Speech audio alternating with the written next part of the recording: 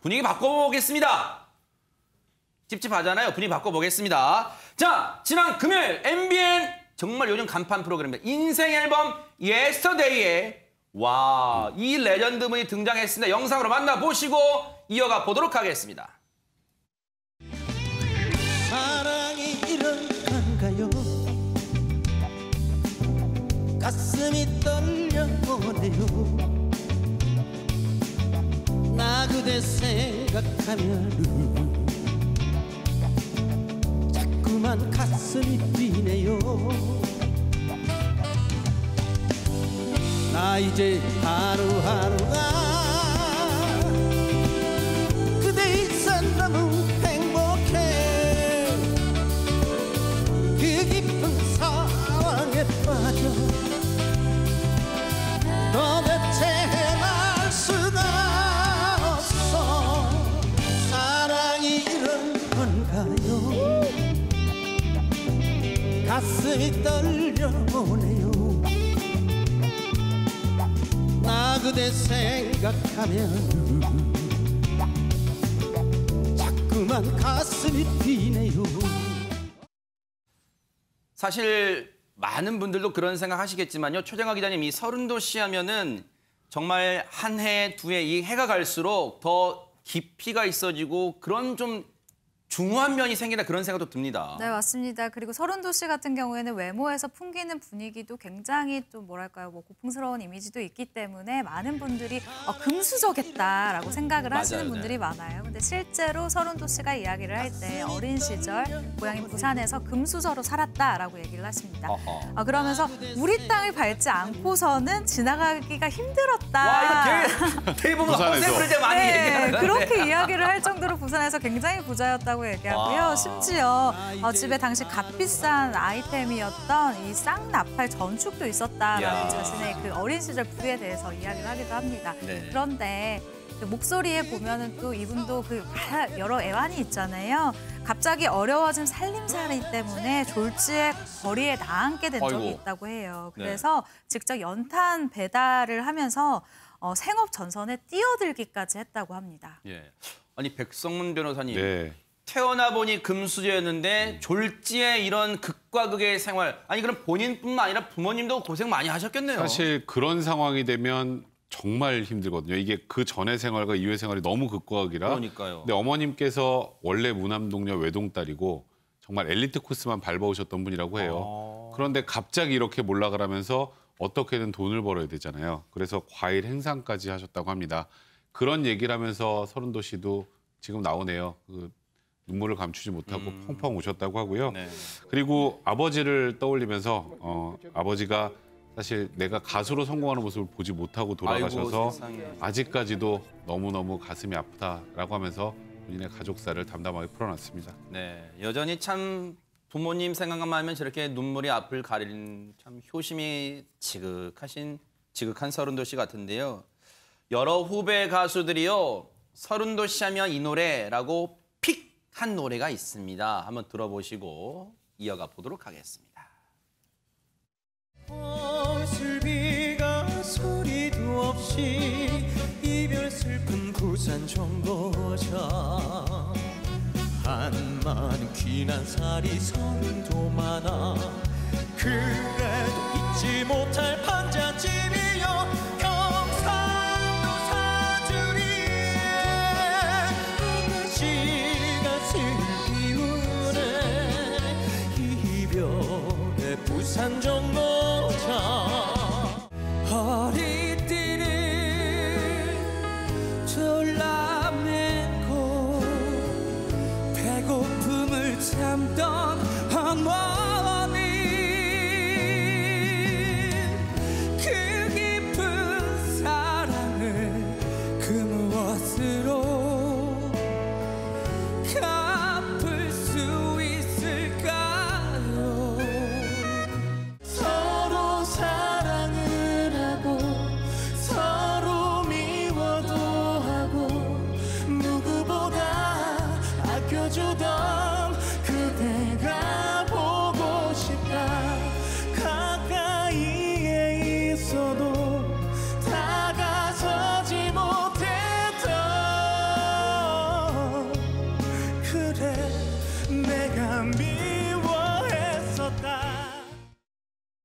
아니 근데 김은배 팀장님 지금 세 곡 중에서 이제 원곡을 부르셨던 이제 서른도 씨의 나의 어머님 이 노래 그리고 인순이 씨가 불렀던 이 아버지 이 노래는 이제 아버지 어머니를 떠올리면서 뭐 부른 노래라고 쳐요. 그런데 앞서 남인수 선생님의 이별의 부산정거장은 왜 후배들이 골랐을까요? 그렇습니다. 남인수 선생님의 이별의 부산정거장은 그 서른도 씨 어머니가 상당히 좋았던 노래라는 거예요. 그 노래를 부르니까 이제 가슴이 뭉클했었고 말씀하신 대로 조문구 씨가 나의 어머니 이건 서른도 씨가 부른 거죠. 네. 그걸 들으니까 눈물을 흘렸어요. 그러니까 후배들이 서른도 씨를 위해서 노래를 불렀는데 마지막에 전철미 씨도 아버지 그 이제 인순이 씨가 원곡인데 그 노래 부르니까는 서른도 씨 너무나 좋았던 거예요. 그래가지고 아마 그 본인이 그 중에서 이제 아버지를 인생의 그 뭐라 그랬죠? 앨범 타이틀곡으로 선정을 했는데 자기가 소장했던 그 30년 LP판을 잃어버린 30년 LP 한정판을 선물했다는 거예요. 선물했고 서른도 씨는 이런 말을 합니다. 인생이 마치 쥐마등처럼 스쳐가는데 감사가 많이 들었다는 거 봐서는 아마 후배들이 자기 노래도 부르고 또 어머님이 좋아하는 노래를 불렀으니까 거기에 감동을 받아가지고 눈물도 글썽이고 하는 거 보니까 마음이 참 포근해집니다. 네. 사실 시청자분들 입장에서는요. 기억을 떠올려 봐도 서른도 씨가 방송에 나와서 눈물을 저렇게 하염없이 흘린 장면은 거의 보기 쉽지 않으셨을 거예요. 대부분 살랑살랑 눈웃음 치면서 이렇게 쌈바리든 타면서 이 트롯 무대를 멋지게 선보였던 그런 무대만 눈에 선할 텐데 그런데 장윤미 변호사님 비록 부모님은 먼저 이제 떠나보냈지만 그래도 이 빈자리는 가족들이 채워주지 않을까 그런 생각도 해봅니다. 그렇습니다. 서른도 씨를 방송에서 한박 웃음 짓게 한 건 바로 부인 이수진 씨였는데요. 이날 방송에서도 본인이 이제 부인과 어떻게 러브스토리로 만나게 됐는지를 아주 구구절절하게 풀어냈습니다. 그 사연이 정말 한편의 영화 같은데요. 다복한 가정이네요, 지금 보니까. 네. 그 80년대 아주 인기 영화 배우였던 이수진 씨를 보고 서른도 씨가 한눈에 반했는데 다가갈 수 있는 기회가 없었는데 바로 이수진 씨가 이제 내가 음반 취입을 하고 싶다. 곡을 하나 줄 수 있냐라고 물어서 이 기회를 놓치지 않고 내가 바로 유명 작곡가다. 내가 곡을 주겠다라고 해서 다가갔는데 실제로 그 곡을 아내분이 상당히 마음에 들어 하셨대요. 와. 그러자 두 번째 기회를 또 놓치지 않습니다. 서른도 씨가 네. 그래 노래가 마음에 들었으면 내 평생 소원 하나만 들어줘라. 와. 그게 당신과 드라이브를 가는 거다라고 이야. 해서 청평으로 드라이브를 떠나게 됩니다. 네. 그런데 정말 영화 같게도 눈이 막 내렸고 눈길에 뭐 이렇게 짝짝 맞아 떨어져요. 왜 그래요, 이거? 네, 눈길에 자동차가 미끄러지면서 자동차가 고장이 났고 서른도 씨가 이거 안 되겠다. 여기서 묵고 가야겠다 해서 바로 그날 결혼하자는 고백을 하고요. 한방에서 아들이 바로 한방에 태어났다고. 와, 이거 대박 사건인데 뭐 이렇게 모든 자연까지 다 도와줘요. 조연으로 이런 일이 있을 수가 있습니까? 근데 앞서 그 가족 사진 잠깐 보여주세요. 보니까 아내분 이제 배우 출신이었다니까 이 외모는 말할 것도 없고요. 근데 앞서 아드님으로 보이는 분이 살짝 보였어요. 사진 이 세 분 보니까 여기 이제 다복한 삼남매를 두셨나 봐요. 그리고 와 멋지네요. 예전에 참 이게 귀한 영상이에요. 귀한 사진입니다. 시청자 여러분들이 방송에서 보기는 쉽지 않으셨을 것 같아요.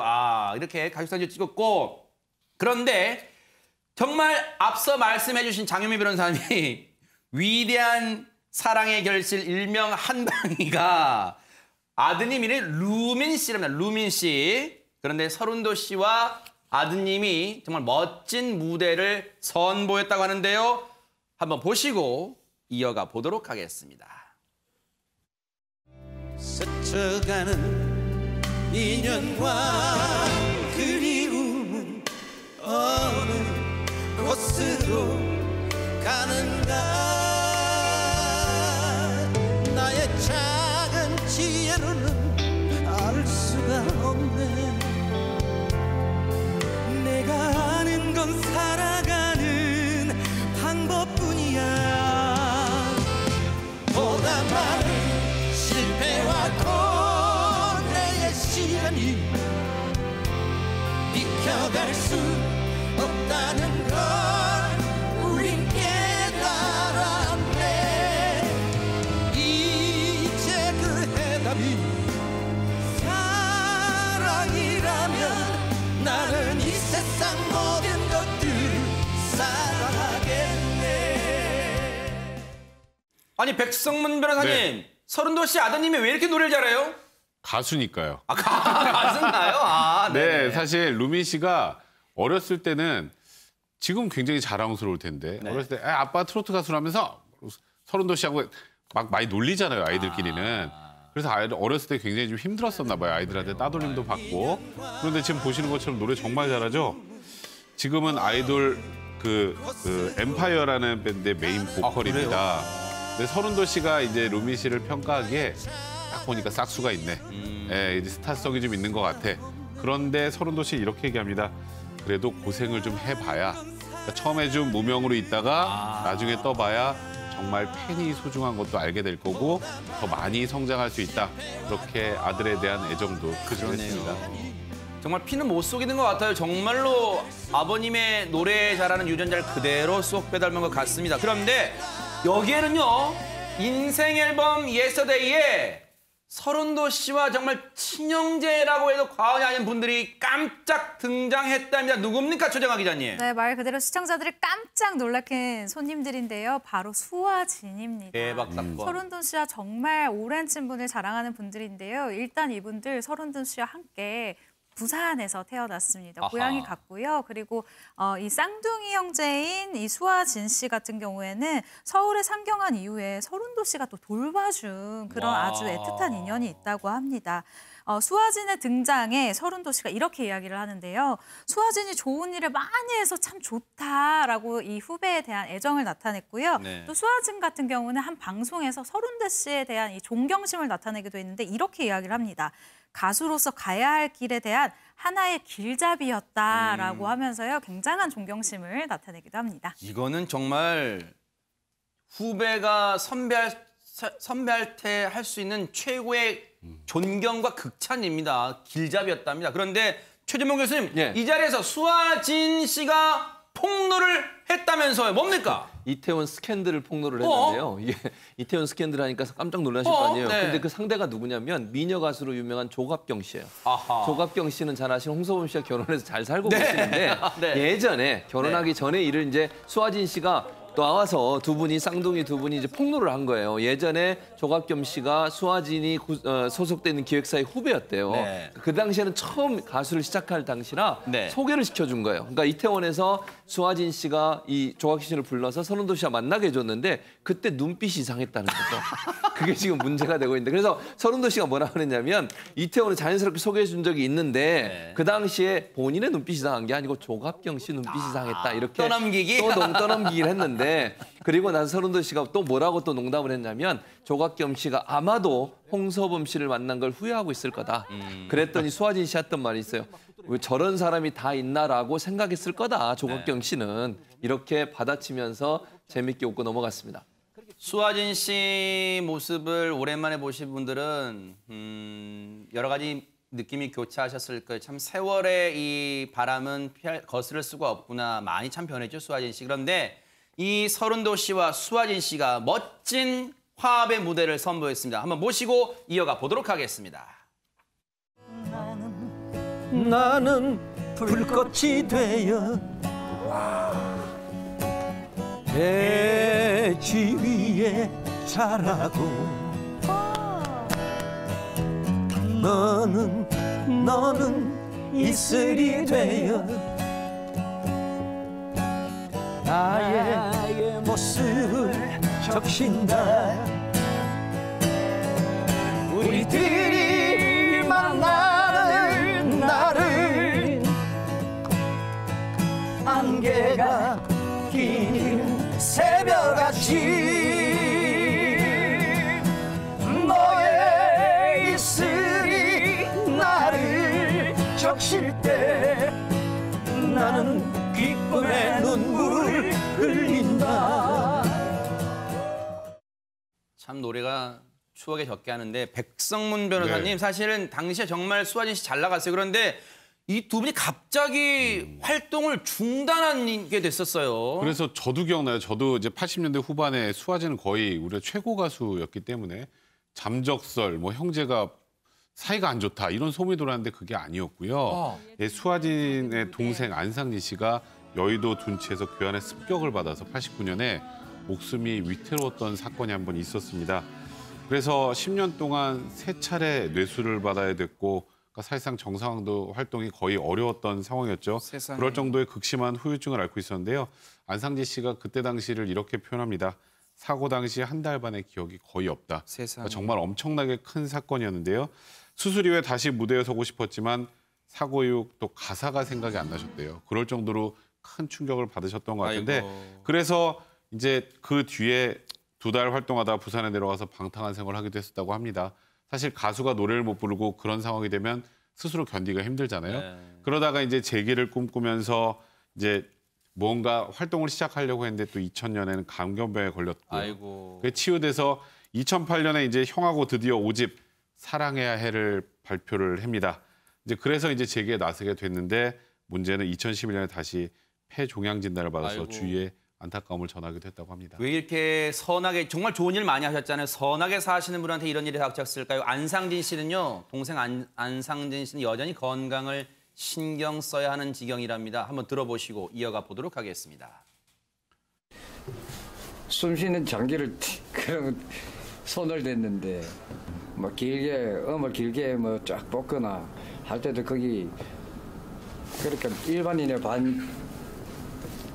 절반 정도라고 생각해도 이제 보통 사람이나 우리 가수들은 8소절 정도 갈 그 숨을 갖다가 4소절도 못 가니까 그러니까 사람들이 전달하는 호소력이 짧아지는 거죠. 하고자 하는 의욕을 가지고 있으니까 그걸로도 조금 이기는 것 같아요. 이겨낼 수 있을 것 같아요. 사실 장윤미 변호사님 버스킹 무대의 원조라고 해도 과언이 아니에요. 수아진 씨는요. 그렇습니다. 사실 재능 기부 가수의 원조라고도 볼 수 있고요. 네. 자선 공연으로 상당히 이름을 날렸는데요. 그랬죠. 1980년대부터 심장병 어린이를 돕기 위한 자선 공연을 무려 10,000차례 이상이나 했다고 세상에. 합니다. 전국 고속도로를 돌면서 뭐 우리나라 아이들뿐만 아니라 동남아 지역의 심장병 아이들을 돕기 아유. 위한 공연을 펼치기도 했고요. 매년 산타클로스 행사라고 해서 전국을 돌면서 좀 불우한 2,000가구에 선물을 나눠주는 행사를 기획하기도 했습니다. 그리고 코로나19로 전 지역에 수아진이 기부한 마스크가 상당히 많다고 하고요. 네. 서른도 씨는 이 수아진을 향해서 언젠가 예전처럼 명동에서 네. 다시 한번 버스킹을 하길 바란다. 이렇게 덧붙였습니다. 반드시 기적이 일어날 거라고 믿습니다.